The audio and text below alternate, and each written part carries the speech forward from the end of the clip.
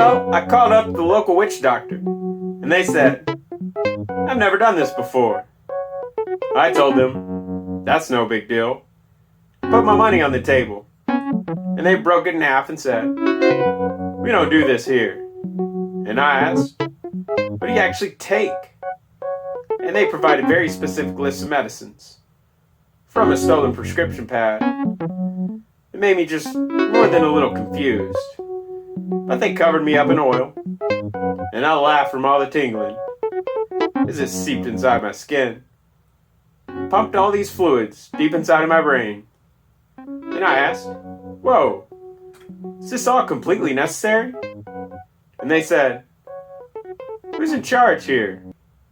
So I put myself into the clamps and embraced all the armbands while listening to the explanation. Who elected your king? I asked. But I doubt they heard me, because the haze was way too deep. And they started digging into my mouth and removing all the unnecessary parts in between. I told them they could shave off about 50 or 60 pounds, maybe even 100, if you can find a vat they can place my consciousness in. But the doctor said, oh boy, you're way too radical for me, my friend, and left me in my iron chains. Which is when I realized this was a scam to get me stuck with all these rent payments. So the landlady walks in, starts spraying me with water, as if it's a painkiller. She starts jabbing me with the needles left on the table, as if this will make money pump out of my veins. Can't even pay the bill. Why do you think I'm even here? All around the ground started to shake, and I realized we were living in a sinkhole, which wasn't too big of a deal though, because now at least the lights were turning off, which I certainly appreciated.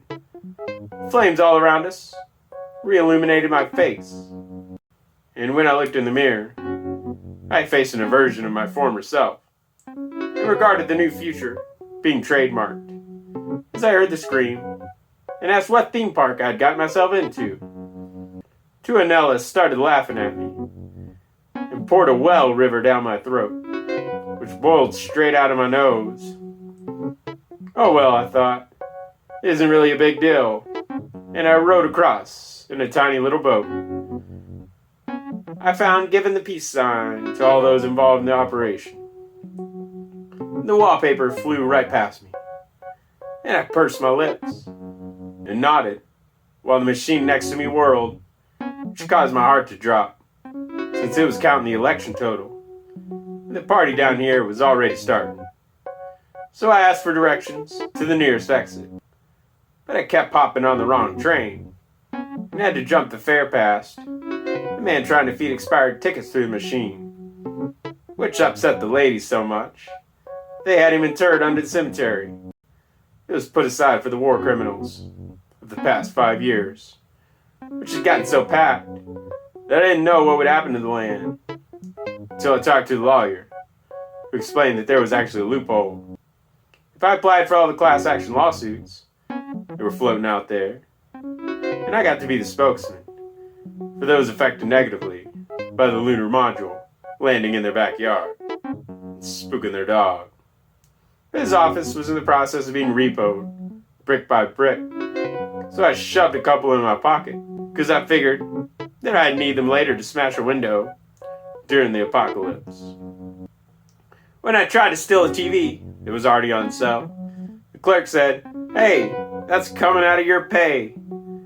And I was a little upset, because I'd already paid too many ducats on my school uniform. The bell rang, and I realized I was tardy, but that was no big deal, so I watched the religious service in the park. And the bodies started to crush each other, and the peacekeeping forces had to come in and start driving tanks over the crowd. The Prime Minister came by with a needle, poking out all the balloons, and huffing the remaining air, as inspiration for writing his new policy ideas, which he handed to me and asked me what I thought. And I just said I didn't know how to run an election. And he exclaimed, "Election?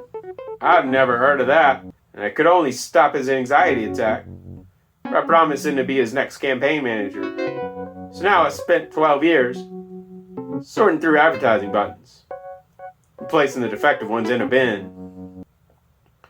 I got curious as to where they went and hid in one of the bins, which was thrown into a truck.